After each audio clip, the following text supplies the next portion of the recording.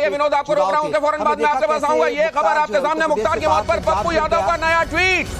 पप्पू यादव ने एक ट्वीट फिर से किया है। चीफ जस्टिस ऑफ इंडिया का स्वतः संज्ञान ले। पप्पू यादव ने कहा, मुख्तार कई दिन से आरोप लगा रहे थे। पप्पू यादव ने कहा, चीफ जस्टिस ऑफ इंडिया को इसका खुद संज्ञान लेना चाहिए। उन्हें धीमा जहर दिया जा रहा था। उनके सांसद भाई ने भी आरोप लगाया था। पप्पू यादव ने कहा, तो पप्पू यादव का यह सब्सिक्वेंट ट्वीट है।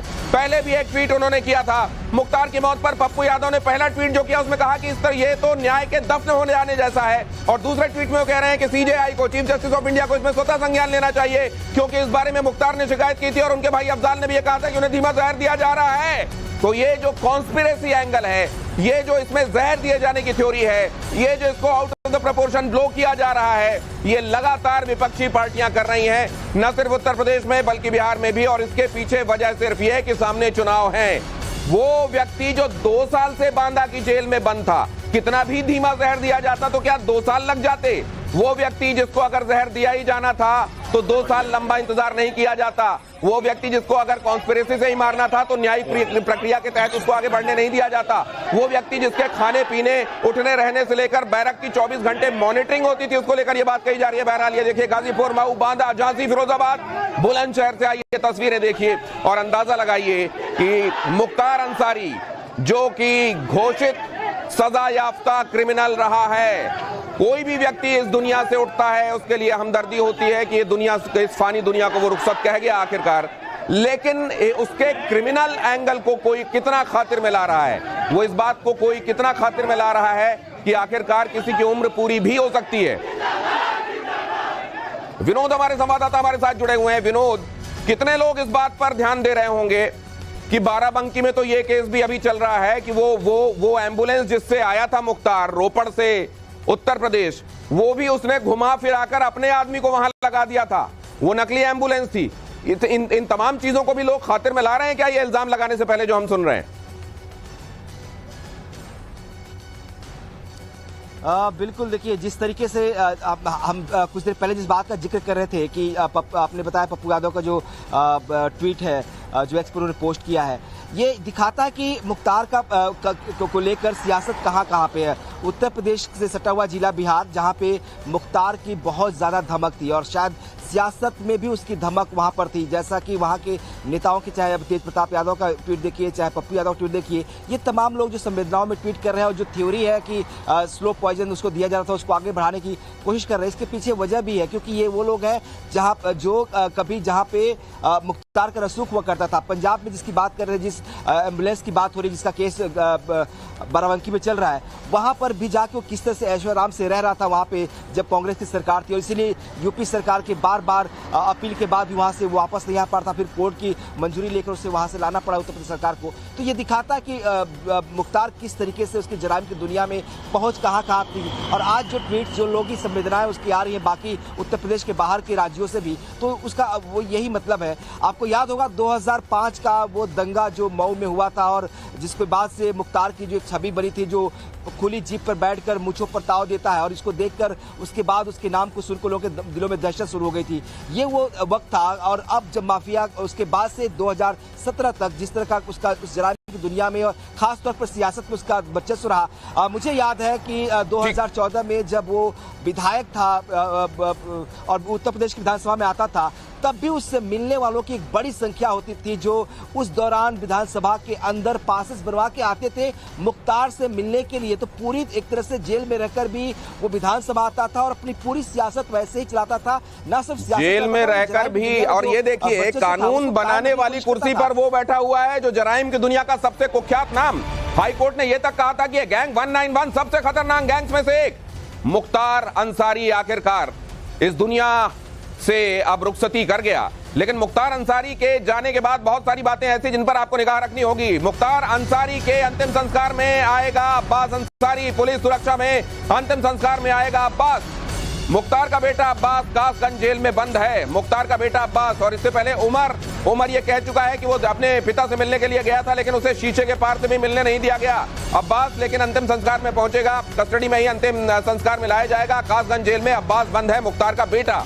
तो इधर आप देख रहे हैं परिवार के लोग बांदा के लिए रवाना हो गए हैं, जहां से पार्थिव शरीर को लेकर उस जगह ले जाया जाएगा जहां पर अंतिम संस्कार होना है। लेकिन उसके पहले जो खबरें आ रही हैं, अपडेट्स आ रही हैं, वो लगातार आपके सामने रख रहा हूं और साथ में समझने की कोशिश कर रहे हैं कि कैसे एक व्यक्ति जो असल में वाराणसी के पास चंदासी में एक जगह कोयले का ठेका लेता था, वो अचानक इतना बड़ा होता चला गया जराइम की दुनिया से होते हुए कि वो लॉ मेकर तक की कुर्सी में बैठ गया। और फिर ऐसी क्या मजबूरी हुई कि कई राजनीतिक दलों ने उसे अपना टूल अलग अलग वक्त में बनाया, और अब जबकि इस दुनिया में वो नहीं है, हम हर तरह का रंग टटोलने और आप तक भेजने की कोशिश कर रहे हैं। रंग इसलिए क्योंकि आपको समझना पड़ेगा एक व्यक्ति से जुड़े हुए इसकी शख्सियत के कई पहलू क्या होते हैं। उसने अपने उस जगह पर जहां उसकी कॉन्स्टिट्यूएंसी है, तमाम जगहों पर रॉबिन हुड वाली छवि बनाई हुई थी, और इसीलिए ये जिंदाबाद के नारे भी आप सुन रहे हैं। जरा सुनिए इस जगह की आवाज, फिर आपके साथ बात करता हूं।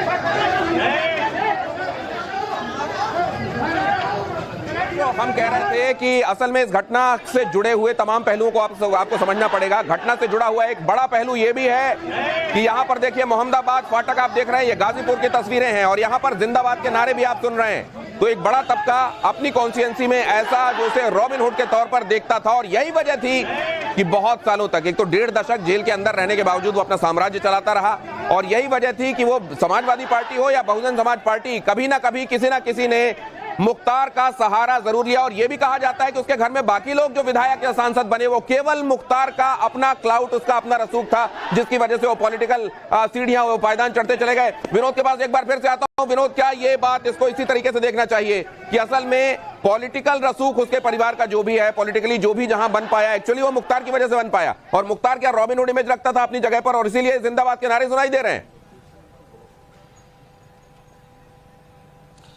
बिल्कुल, कम से कम उसके इलाके में उसकी ऐसी छवि लोगों ने बना पोर्ट्रेट करके रखी थी। वो सच में रॉबिन हुड तो कतई नहीं था। जिस तरह के अपराध 65 मुकदमे हैं उसके खिलाफ, जिसमें सजाफ्ता हो चुका है, वो जिसके मुकदमे जो विचाराधीन है, जिसमें कार्रवाइयाँ चल रही हैं। IS 919 जो गैंग है, उसका सबसे खतरनाक गैंग उत्तर प्रदेश का है। हिस्ट्री शीट जो उसकी 16B है, उससे सबसे बड़ा हिस्ट्री शीट माना जाता है। तो वो कहीं से भी रॉबिन हुड तो नहीं हो सकता, लेकिन ऐसी एक इमेज को पोर्ट्रेट जरूर किया गया था उसके इलाके में, और वो इमेज अभी भी बनी हुई है। और शायद ये जो नारे लग रहे हैं उसी लिए है, और शायद जो लोग उससे इस रूप में देखते हैं, उनके लिए अभी भी वो छवि उनके दिमाग में भी है। शायद इसीलिए जो तमाम नेता है वो अभी भी सिंपैथी उसको लेकर जाहिर कर रहे हैं। लेकिन वो परिवारों से अगर वो मिलेंगे, जिन परिवारों को मिट्टी में मिलाया है इस माफिया ने, तो उनको एहसास हुआ कि कितना खूंखार, कितना खतरनाक माफिया था मुख्तार अंसारी। जिस तरह की क्राइम हिस्ट्री है इसकी। विनोद, मैं आपके पास वापस लौटता हूं, कुछ और इन्फॉर्मेशन आपसे लेनी है, क्योंकि आप वहां रहकर लखनऊ से बर्ड्स आई व्यू हमको दे रहे हैं। आप हमको बता रहे हैं कि सूबे में कहां-कहां किस-किस तरीके की हलचल चल रही है। लेकिन यहां पर देखिए हमारे संवाददाता आशुतोष, जो कि इन रूट टू बांदा हैं, अभी on the way to Banda हैं, वो भी आपको ये बताएंगे कि अभी रास्ते में वो क्या-क्या देख रहे हैं। जब ये खबर ब्रेक हुई या 2 दिन पहले उसकी जब तबीयत खराब होने की बात आई थी, कब कहां क्या उन्होंने देखा, और इस वक्त उनको क्या रिएक्शन मिल रहे हैं। आशुतोष के पास एक बार फिर से चलते हैं।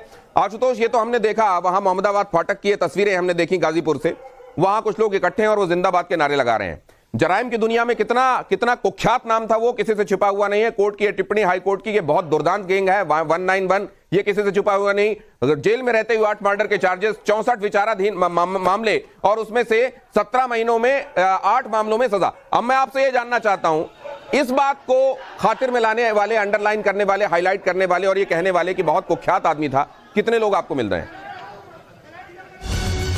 पहले एक अहम खबर, समाजवादी पार्टी नेता IP सिंह का ट्वीट भी आपके सामने रख रहा हूं। पप्पू यादव को ट्वीट तो मैंने आपको दिखाई दिया। आजम खान को गैर बीजेपी शासित राज्य में शिफ्ट करें, सुप्रीम कोर्ट आजम खान को यूपी से बाहर शिफ्ट करें। तो कुल मिलाकर इस मामले को अब आजम खान से जोड़ा जा रहा है। अगली साजिश आजम खान के साथ हो सकती है, यह कहा जा रहा है। आजम खान के साथ अगली साजिश हो सकती है, यह भी कहा जा रहा है। कॉन्स्पिरेसी एंगल तलाशने वाले देखिए कहां तक जा रहे हैं। कहा जा रहा है कि उत्तर प्रदेश की जेल से शिफ्ट किया जाना चाहिए, ऐसी जेल में शिफ्ट किया जाना चाहिए जहां पर भारतीय जनता पार्टी का शासन नहीं हो, यह कहा जा रहा है। अब आजम खान के बारे में, मतलब अब इस कॉन्स्पिरेसी थ्योरी को एक्सटेंड किया जा रहा है। आइए एक बार फिर से आशुतोष के पास चलते हैं। आशुतोष,